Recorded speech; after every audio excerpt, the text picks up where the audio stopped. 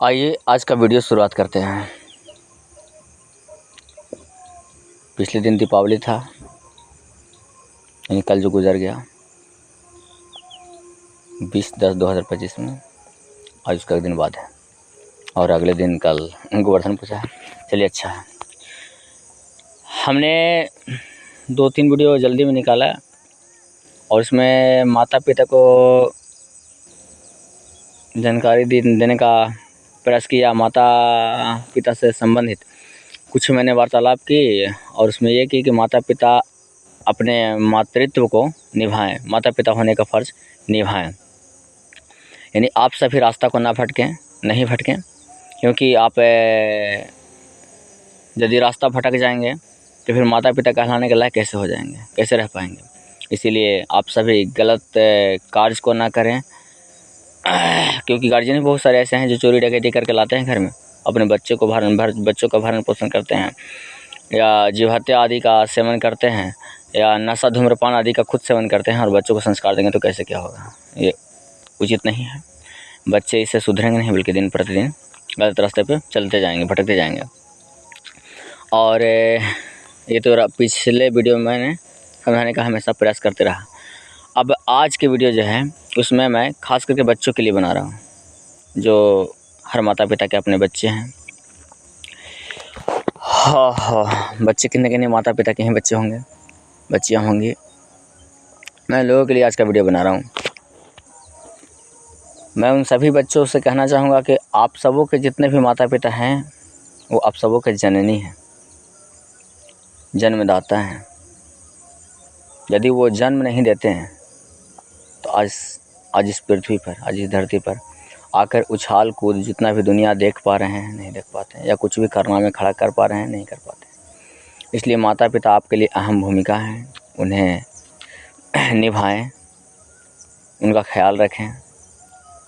हाँ, मानसिक तनाव या किसी तरह की कमी के कारण, सोच की कमी के कारण या अज्ञानता के कारण यदि माता पिता से भी कुछ भूल चूक होता हो तो उन्हें कोई दंड ना दें, मतलब मारपीट ना करें, बल्कि उन्हें समझाने का प्रयास करें और नहीं समझ पाए तो किन्हीं के द्वारा समझवाने का प्रयास करें। लेकिन आप कुव्यवहार ना करें, आप गलत लाइन नहीं चुनें, आप माता पिता पे हावी ना हो, आपका यह कर्तव्य बनता है। ये तो रहा आप लोगों के माता पिता के प्रति आपका कर्तव्य है। अब आप अपने प्रति अपना कर्तव्य को समझें। आपका कर्तव्य यही होता है, सद्कर्म करें, सही कर्म को करें, सही काम करें, गलत रास्ता का चयन ना करें, गलत मार्ग की तरफ भटक न जाएं। कुछ समय के लिए गलत मार्ग की तरफ नहीं, बल्कि रास्ता भटक गए हो स्थिति के कारण, तो कोई बात नहीं, हौसला ना तोड़ें और पुनः अपने सपने की तरफ वापस आएँ, उसमें से किसी तरह से समझौता करते हुए निकल कर। क्योंकि मैं जब 10वीं कक्षा में पढ़ाई करता था उस समय देखा कि 10वीं कक्षा के बाद हम लोग विदाई होने वाले हैं, हम सभी एक दूसरे से दूर होने वाले हैं। जितने सारे विद्यार्थी लोग हैं, हम लोग तो दोस्त लोग जितने हैं विद्यार्थी लोग, हाँ, तो हमें लगा कि अब के बाद न जाने लोग कौन कौन से कॉलेज में नाम अपना लिखवाएंगे। कुछ लोग पढ़ाई छोड़ देंगे, कुछ लोग कुछ और करने चले, कुछ लोग प्रदेश चले जाएंगे, कुछ लोग खेती बाड़ी करेंगे, कुछ लोग वगैरह वगैरह कुछ अपना धंधा वगैरह बिजनेस करेंगे। इसी में से कुछ लोग चोर भी बन जाएंगे, इसी में से कुछ लोग बदमाश भी बन जाएंगे, इसी में से कुछ लोग निर्धन भी बनेंगे, गरीब भी बनेंगे, मजदूर भी बन जाएंगे, इसी में से कुछ लोग मैकेनिकल बन जाएंगे, इलेक्ट्रीशियन बन जाएंगे, है ना। इसी में से कुछ लोग जॉब भी करेंगे, कुछ लोग प्रदेश चले जाएंगे। सब लोग रास्ते भटक जाएंगे, सब मतलब भटक नहीं जाएंगे बल्कि अलग अलग तितर बितर हो जाएंगे, छितर बितर हो जाएंगे। और पता नहीं फिर उन दोस्तों से मिलने का मौका मिल पाएगा या नहीं, ये बचपन का प्यार या बचपन की दोस्ती या बचपन का ख्याल फिर से ताज़ा हो पाएगा या नहीं। इस पे हमारा कुछ चिंतन हुआ। अचानक हमें कुछ ऐसा आभास हुआ और उससे पहले मैंने एक कविता पढ़ी थी हरिवंश राय बच्चन जी का। उसमें लिखा हुआ था, ज़्यादा कुछ याद तो नहीं पंक्ति है, पर फिर भी उसमें से लिखा हुआ है कि राह चलने को बटोही बाट की पहचान कर ले, राह चलने को बटोही बाट की पहचान कर ले, पुस्तकों में है नहीं छापी गई इसकी कहानी, अज्ञात होता है न औरों की जुबानी। ऐसे करके कुछ है, ये 2 लाइन अगला पंक्ति में से, 2 लाइन दूसरा पंक्ति में से, और ये लास्ट वाला कुछ अलग से बोल रहा हूँ, मतलब अलग से नहीं, नीचे वाला कोई पंक्ति होगा उसमें से बता रहा हूँ। पर उससे हमें ये सीखने को मिला कि सच में रास्ता चलना है तो बाट की पहचान खुद करना होगा, रास्ता की पहचान खुद करना होगा कि हमें जाना आखिर कहाँ है। नहीं तो रास्ते बहुत सारे हैं, कहीं भी जाते रहेंगे, मुझे जाना कहाँ है खुद ही मालूम नहीं है, तो भटकते चले जाएंगे। इसलिए पहले जीवन में क्या करना है, किस ओर जाना है, पहले रास्ता का चयन करें। मतलब हमें ही दिल्ली जाना है तो दिल्ली के लिए रास्ता का चयन करें, सोच कर दिल्ली की गाड़ी ना पकड़ेंगे, वगैरह वगैरह जाके दिन पकड़ेंगे तो कैसे पहुँच पाएंगे। पटना ही जाना है तो पटना की ना गाड़ी पकड़ेंगे, औरंगाबाद के पकड़ लेंगे, इधर उधर का पकड़ेंगे तो गड़बड़ा जाएंगे। उसी प्रकार जीवन में क्या करना है उस लक्ष्य को पहले तय करें और उस तरफ जाएं, सफलता ज़्यादा चांसेस रहता है हाथ लगने का। उनसे देखा गया और फिर बतलाया जा रहा है कि पुस्तकों में है नहीं लिखी हुई इसकी कहानी। इससे ही बहुत बड़ा अच्छा हुआ। जैसे मान लिया आपका नाम कुछ भी है, आपका नाम कल्लू है, झोंपू है, गोलू है, कुछ भी है, या राशि हो, कुछ भी नाम हो आपका, उससे कोई दिक्कत नहीं।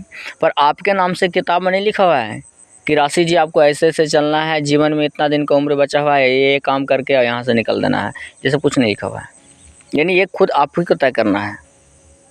यानी इससे साफ साफ पता चलता है कि हमारा जीवन में जो कुछ भी होना है वो हम पर निर्भर करता है, हम क्या करना चाहते हैं, कैसे अपने आप को चलाना चाहते हैं, हमारे जीवन में और कितने लोग जुड़ेंगे, उनके साथ कैसे व्यवहार करना है, ये सब कुछ आप पर निर्भर करता है। अब रह गई बात कि अपने जीवन को आप कैसे सूझबूझ के साथ हैं यापन करें, निर्वहन करें, कैसे आप अपने जीवन को चलाएं सूझबूझ के साथ। तो बतलाना चाहूँगा कि इस जीवन में बस इतना ही ध्यान रखते चले जाना है, गलत हो उसे नहीं करना है और सही हो उसे करना है, बस। इससे ज़्यादा कुछ समझने की ज़रूरत नहीं है। अब रही बात कि गलत कैसे पहचाने और सही कैसे पहचाने, तो गलत बहुत सारी पहचान में आ जाती है। वैसे ज़्यादा कुछ नहीं करना है, हम अपने से हाथ से, देखिए हमारा हाथ दिख रहा है, शायद दिख रहा होगा आपको, दिख रहा है हमारा हाथ, देखिए यहाँ पे दिख रहा है, यहाँ पे हाथ पे हम चुट्टी काट के देखते हैं, कस के काटेंगे। मुझे अभी दर्द हो रहा है, यदि यहाँ पे किसी तरह से काट छाट करें, खून खराबा करें तो शायद हमें और भी ज़्यादा कष्ट होगा, और अपने आप को जान से मारे तो हम ये नहीं चाहेंगे कि हमारा जान जाए। चलिए बहुत अच्छा। मैं इसी से समझाना चाहता हूँ कि जिस प्रकार से हम अब खुद को कष्ट देते हैं या हमें कोई कष्ट देते हों तो हम नहीं चाहते कि हमें कोई कष्ट दे, ठीक उसी प्रकार से हम भी किसी के जीव को ना मारें, उन्हें कष्ट ना दें, क्योंकि एक गलत चीज़ है। चलिए अच्छी बात है। आप सोचिए कि हमें कोई यदि गाली दे तो हमें सुनने में शायद हमारे ख्याल से अच्छा नहीं लगेगा। यदि आप सभी सुन रहे हो, आप सबों को कोई गाली दे तो सुनने में आपको भी अच्छा नहीं लगेगा। समझ रहे हैं मेरे बात को? ठीक उसी प्रकार से कहने का मतलब हुआ कि सभी के सामने हम सुविचार को रखें, एक अच्छे विचार को रखें, ना कि किन्हीं को आप शब्द बोलें। यह हमारा कर्तव्य नहीं होता है, ये भी गलत है, इससे बचने का प्रयास करें। अब आएँ जीवन में अन्न ग्रहण या आनंदित ग्रहण या पौष्टिक आहार के टाइप पे क्या क्या है। तो पौष्टिक आहार के टाइप पे आप जो भी प्राकृतिक है, दूध दही ना, जो भी है मतलब खाने का चीज़ सब खा सकते हैं, दिक्कत नहीं है। पर ये सब नशा, धूम्रपान इत्यादि वगैरह जिस तरह का कुछ भी है, तो ये सब नशीली पदार्थ हैं, है कि नहीं? ये सब का सेवन नहीं करना चाहिए। बेशक आप जब जबरन करते हो अलग बात की बात है, पर आप गलत रास्ते पे जा रहे हो। अब माने अथवा ना माने कोई दिक्कत नहीं है, आप नहीं मानेंगे तो खर्चा आपका लग रहा है, शरीर पर आपको नुकसान पहुंचेगा, ज़िंदगी आपकी बर्बाद होगी, लोगों के नज़रिए में आप गिरेंगे, ये इस तरह का इंसान है वगैरह वगैरह। मुझे क्या जाता है, बस मैं सलाह दे रहा हूँ कि यदि ये सारी गलत रास्तों को नहीं चुने तो शायद आपके लिए कहीं बेहतर होगा। जैसे आप खुद ही समझ लीजिए ना कि हमारा शरीर खुद कबूल नहीं करता है ना, मतलब हमारा अंदर का जो कलेजा खुद कबूल नहीं करता है, कलेजा कहिए या जो भी अंदर में मशीन बैठी हुई है, पार्ट पुर्जा बैठा हुआ है ना, पार्ट पुर्जा, हाँ, या मन मस्तिष्क कुछ भी गवाह नहीं देता है। जैसे आप दूध पिए, ज़रा सा भी आपको तीत टाइप पे नहीं लगेगा। कहने का मतलब क्या है, उबाला हुआ दूध पिए, जैसे भी लोग पी जाते हैं तो उसमें उबाला हुआ ही दूध पीजिए ना, छोड़िए ना, हटाइए ना, या मट्ठा दही कुछ भी खाइए। तो इससे आपको क्या होता है, मीठापन लगता है, अच्छा लगता है, और किसी तरह को अकबकाहट बेचैनी टाइप पे नहीं लगता है। चलिए अच्छी बात है। आप कहेंगे ज़्यादा पी लेंगे तो भाई सब चीज़ का एक लिमिट होता है। पानी पीना है तो आपको कहा गया है कि जितना पेट में अटता है उतना पीजिए, नहीं जितना आपकी इच्छा उतना पीजिए, उससे ज़्यादा नहीं। ऐसा थोड़ी कहा गया कि समुद्र का ही पानी पी लें, ऐसा नहीं कहा जा रहा है आपको। अब वो भी ज़्यादा करेंगे तो वो भी गलत हो जाएगा ना। चलिए ठीक, उसी पर हमने क्या कहा कि मन मस्तिष्क के हमारी जो ज्ञान इंद्रियाँ है वो भी स्वीकार नहीं करती हैं। जैसे आप दूध पीते हैं तो इसको स्वीकार कर लेंगे क्योंकि मीठापन है, मट्ठा पीजिए, दही पीजिए, शहद पीजिए, चीनी का शरबत पीजिए, वगैरह वगैरह, इस तरह का कुछ भी पीजिए तो स्वीकार कर लेगी। भोजन कीजिए, अन्न कीजिए, अन्न ग्रहण कीजिए, कोई दिक्कत नहीं है, सब करने वाली चीज़ ग्रहण कर लेगी, हमारी ज्ञान इंद्रियाँ स्वीकार करेंगे। लेकिन आप सोचें थोड़ा सा, आप समाज में खैनी खाते हैं, खैनी जब शुरू दिन लिए होंगे, जो लोग भी खा रहे हैं, अभी शुरू दफ़ा जो लोग खा रहे होंगे उनको अकबकाहट टाइप पे, बेचैनी टाइप पे, नशा टाइप पे लगा होगा।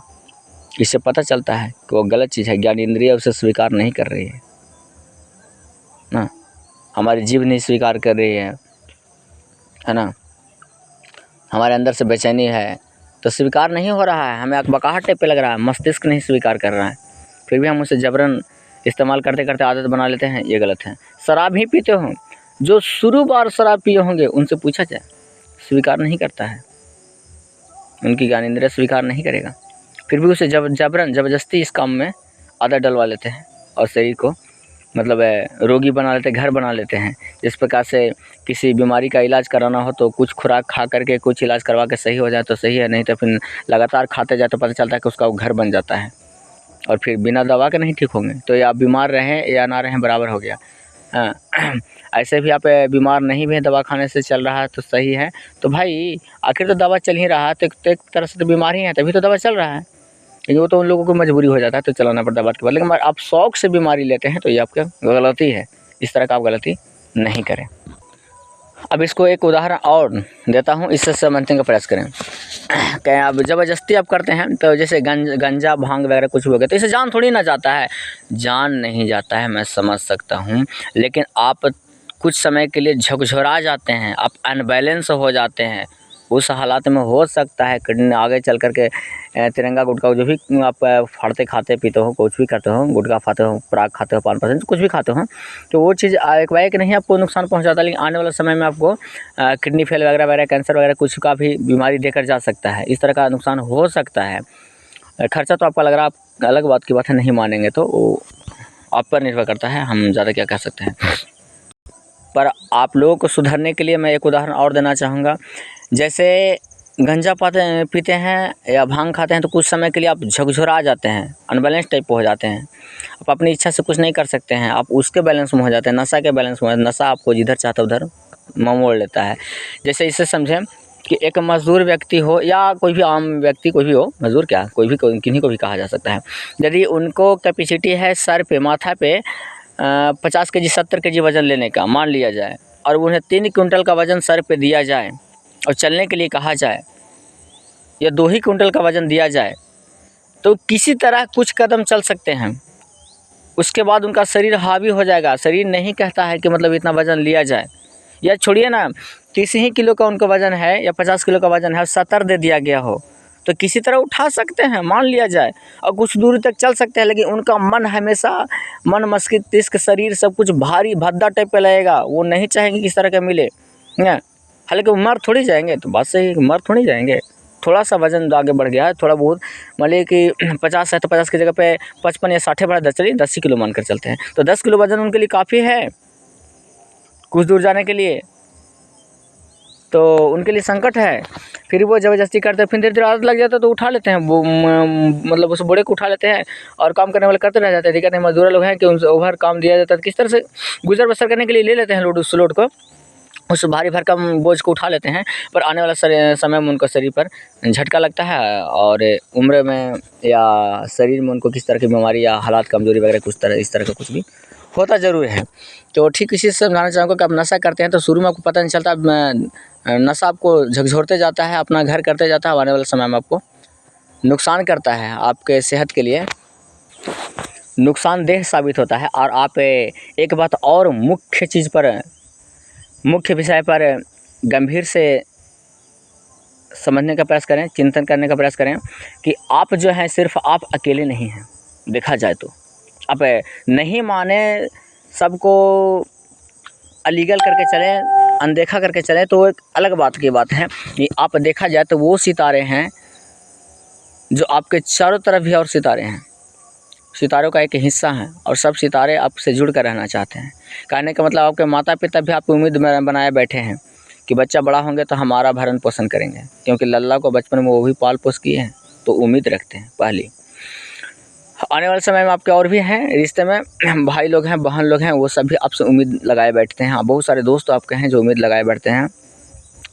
फिर इसके बाद आने वाले समय में आपकी शादी होती है तो आपकी पत्नी आती हैं तो वो भी आपसे उम्मीद लगाई बैठती हैं, आप ही के भरोसे पे आती हैं।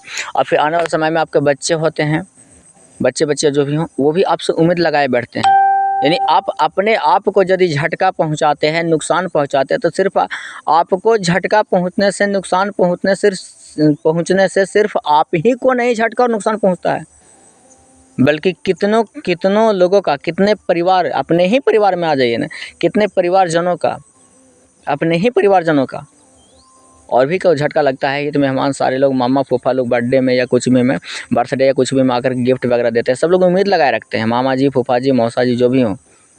तो आप जैसे ही अपने आप को नुकसान पहुंचाते हैं तो मामा जी, फूफा जी तो खैर अपने अपने परिवार और उन लोग का भी है, तो बाल बच्चों में रहते हैं, इधर उधर विलम्ब में रहते हैं, अब कोई दिक्कत नहीं है, थोड़ा बहुत मिलने के लिए आ जाएंगे। लेकिन खास करके आहत पहुँचता है तो आपके खास अपने घर के मेहमान को, घर के परिवार को, आपके माता पिता, पत्नी, बच्चे, इनको खास तौर पे ठेस पहुंचती है, बहुत बड़ा झटका लगता है।